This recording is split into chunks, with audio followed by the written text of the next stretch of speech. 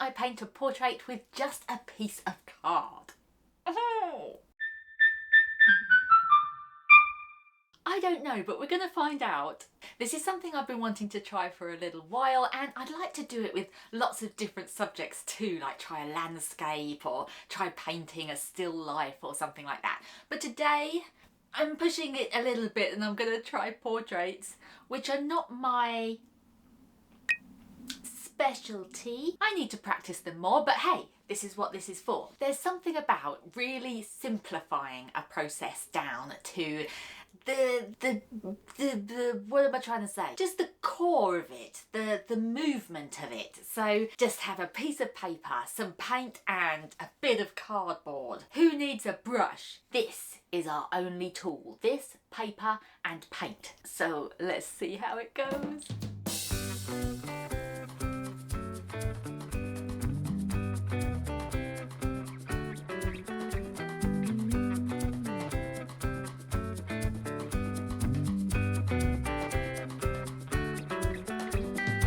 How glorious is this yellow colour? It's a flipping beauty.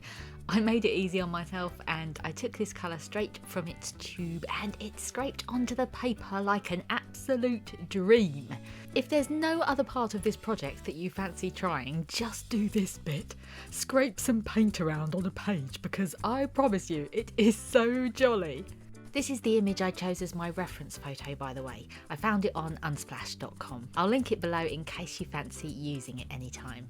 I definitely find faces tilted to the side a lot harder to draw, so I figured this would be good practice for me. I decided to stick to keeping my portrait monochrome like the image, not simply because I didn't feel like I had the brain capacity to fill in colours on the day that I made this, but also because I rather enjoyed the aesthetic of the black and white image against the bright yellow background.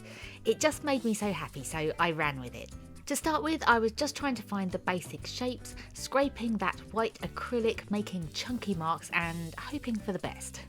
It's very interesting using just one type of edge to make marks with. It forces your hand to move differently and accept the things that you wouldn't usually aim for. I ended up swinging between feeling like an accidental genius and a cautious klutz. With one swipe it's, "Ooh, that's cool, I'll try that again." With another swipe it's, "Oh, that's done it, now I've got a big blob of that on there." Gradually, I start adding in a little black to start creating the million different greys that this portrait will end up using.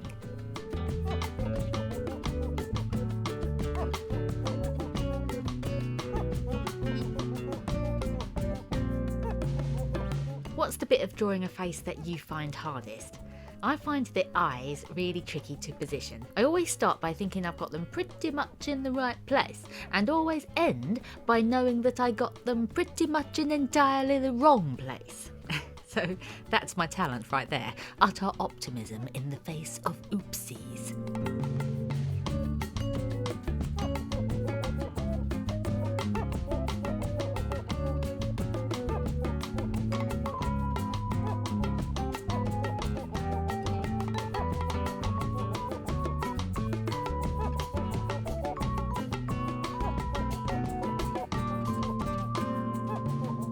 There's something about removing choices in a creative process which can give your brain a break for a bit and allow you to make something with a bit less pressure. On the day that I made this, I was actually intending to make a completely different video involving a project which had a lot more steps in it.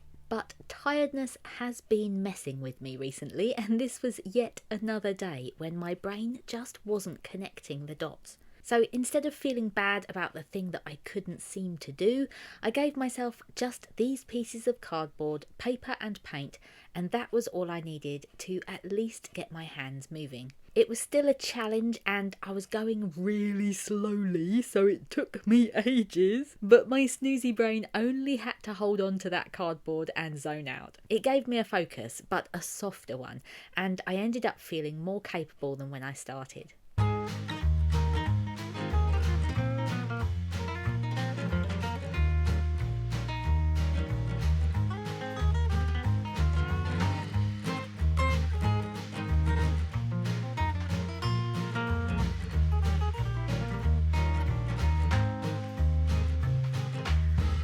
As you'll have been seeing throughout this process, I went back and forth a lot in this portrait.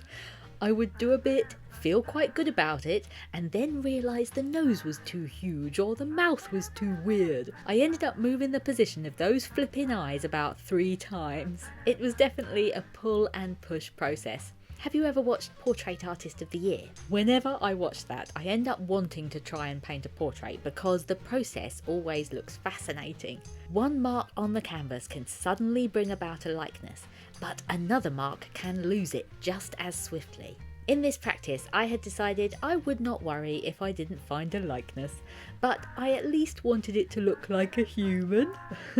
And so I kept reevaluating the face that I was staring at and trying different decisions to see if I could make it look better.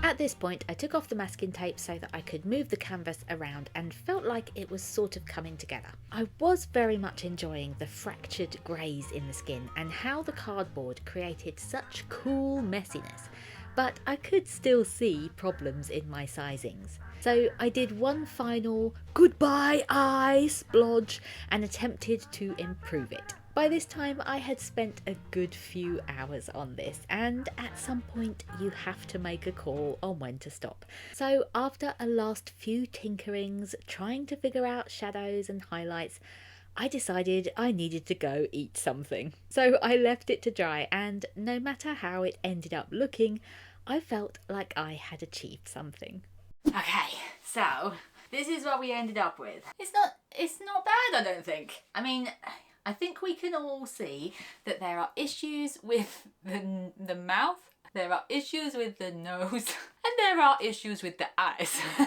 But there's a lot that went right with it that I'm quite happy about. It went through quite a few different stages where the eyes were sort of on a wonk or too low down, and then I was trying to move them up and kind of keep pushing it around to try and find the face. And I know it does not look anything like the actual reference image. You've got to take your wins where you can find your wins, you know. What I really enjoy as well is the black and white on the yellow. That is making me happy. So have you ever tried this where you've limited yourself to painting with just a piece of cardboard? If not, I recommend it. It's very fun, and I'm gonna definitely be trying a landscape with it. If you'd like to see me do that, do let me know in a comment down below and I'll share that in the future.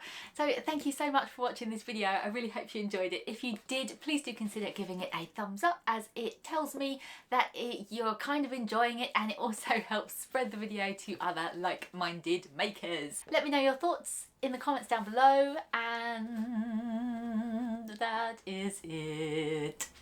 Keep making happy, and I'll see you next time. Okay, where are we gonna put ya?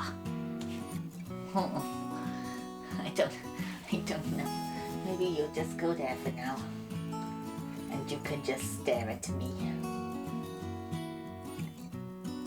Okay, bye then.